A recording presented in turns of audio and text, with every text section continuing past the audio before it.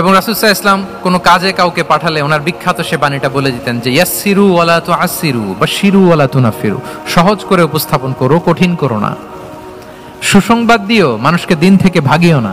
আমরা মানুষকে ভয় দেখাই, আমরা এত কঠিন করে ইসলামকে উপস্থাপন করি, মানুষ বলে আগে যেটা করতাম ওইটাই ভালো। তো আমরা যেন দিনকে কঠিন না করি, আমাদের কোনো অ্যাটিটিউডের কারণে যেন মানুষ ইসলাম থেকে ভেগে না যায়।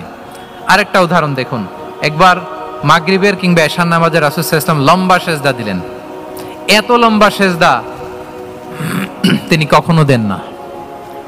নামাজ শেষে সাহাবারা জিজ্ঞেস করলেন, ইয়া রাসূলুল্লাহ, আপনি কি নামাজের মাঝখানে অসুস্থ হয়ে গেলেন নাকি, অথবা কোরআনের আয়াত নাজিল হলো নাকি, ওহী নাজিল হলো নাকি? রাসূল সাল্লাল্লাহু আলাইহি ওয়াসাল্লাম বললেন, কুল্লু যালিকা লাম ইয়াকুন ওয়ালাকিন নাবনি ইরতাহালানি ওয়া কারিহতু আন উআজ্জিলাহু হাত্তা ইয়াকদিয়া হাজাতাহ।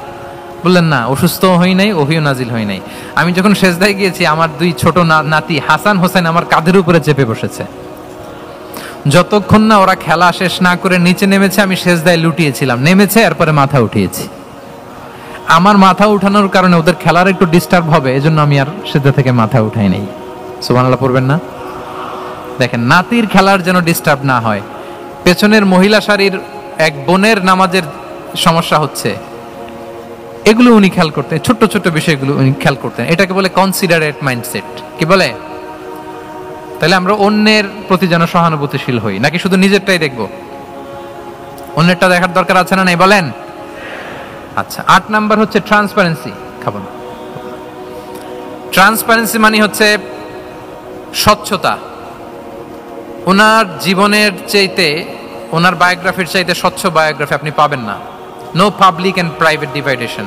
And in the long history of time, no one's life has been recorded more transparently than the life of Prophet Muhammad sallallahu alaihi wasallam. রাসূল সাল্লাল্লাহু আলাইহি ওয়াসাল্লামের চেয়ে বেশি পৃথিবীতে এমন সেকেন্ড কোন পারসন আপনি দেখাতে পারবেন না যার জীবনের সবকিছু রেকর্ডেড। সবকিছু রেকর্ডেড। এরকম আছে? ঘরে কি করেছেন, বাইরে কি করেছেন, স্ত্রীর সাথে কি করেছেন, বন্ধুর সাথে কি করেছেন, সাহাবাদের সাথে কি করেছেন, শত্রুর সাথে কি করেছেন, অল আর রেকর্ডেড। সব and crystal clear, একেবারে স্বচ্ছ পানির মতো, স্ফটিক কাচের মতো ক্লিয়ার, ট্রান্সপারেন্ট। ওনার সব কাজে উনি স্বচ্ছতা বজায় রাখতে চাইতেন। কতটা স্বচ্ছ ছিলেন, একটা মজার ঘটনা শোনায় আপনাদেরকে। সহিহ বুখারীতে এসেছে, রমাদানের শেষ 10 দিন, দ্য লাস্ট 10 days অফ রমাদানে তিনি ইতিকাফ করতেন।